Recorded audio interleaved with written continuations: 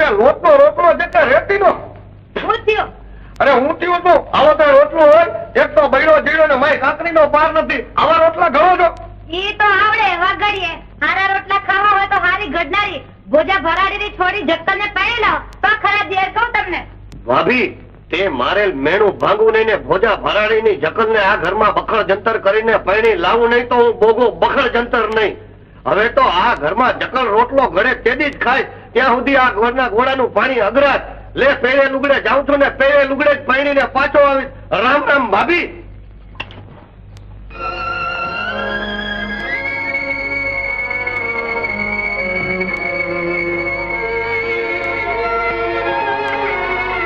રામ રામ બાપુ.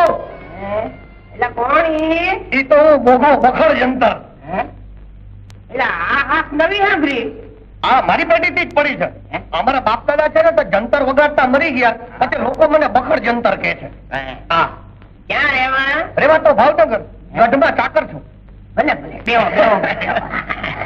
અલા બેટા જગલ જગી તને પાણી લઈ આવજો તો જટ કરીને. આ જરાક જટલી હવે કેજો બહુ તરસ્યો છું. આમ કે નીકો મારે ગામ મારા ડોહાનો દાડો કરવા ગયો હતો ત્યાંથી પાછો ભાવનગર જતો હતો ત્યાં ઓસરીમાં તમને બેઠેલા જોયા મારી આંખમાં ઓવડા ઉભરાણ મને જોઈને હા કા અમારા મરી ગયા ને ઈ ડોહા નખ શીખ અસલો અસલ તમારા જેવા હતા. મને તો લાગે છે કે જમ ભૂલ ખાઈ ગયો છે. જમ ભૂલ ખાઈ ગયો? હા તમારે બદલે મારા ડોહાને ઉપાડી ગયો. બોલો કઈ નહીં કરમ નહીં કઠડે બીજું હું જ્યાં હગો દીકરો ભૂલ ખાઈ જાય ત્યાં જમ ભૂલ ખાઈ જાય એનો અફસોસ શું કરવો. જમ ક્યાં મારા બાપનો દીકરો હતો. એ સાચું હો.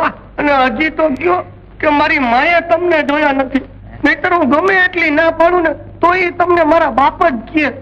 હા તે તારી માં ભેળી આવી છે?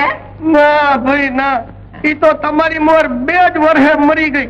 મારી મોર? હા હું ક્યાં જ મળ્યો છું? ભાઈ મારી માં ગયા વર્ષે મરી તો તમે આવતા વર્ષે તો મરશો જ ને. વાહ વાહ.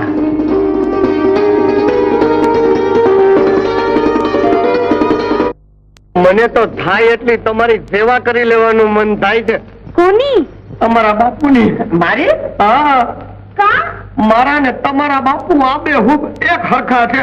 ફક્ત ફરક એટલો છે કે મારા મરી ગયા ને તમારા બાકી છે અને મારા મરી ગયા એ બાપુ ને બધાના સેવા કરી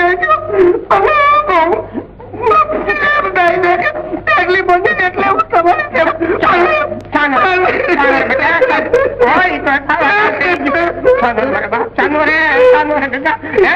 મારી ચાકરી કરી દે. હું ચાકરી કરવા જેવો જ છું. મારી આંખે મોતિયો આવ્યો છે. કઈ વાંધો નહીં તો પાતી હોત જાય. પણ જો એટલું ધ્યાન રાખજે મેં ભલ ભલાન ભો ભેળા કરી દીધા સમજો ને. કઈ વાંધો નહીં તમે બોજા બારાડી છો તો હું બોગો બખડ જંતર છું. એવામાં કેવા પણ હું નહીં રહેવા દઉં. ભુજાભાઈ, એ કોણી? જોગીદાસ બાપુનો હુકમ છે કે તમારે અને તમારી દીકરીએ બા સાથે ડુંગરના નવા રહેઠાણમાં રહેવા જવાનું છે. માટે ગામત્રાની તૈયારી કરો. મારાથી વનવગડો કેમ દેખાશે?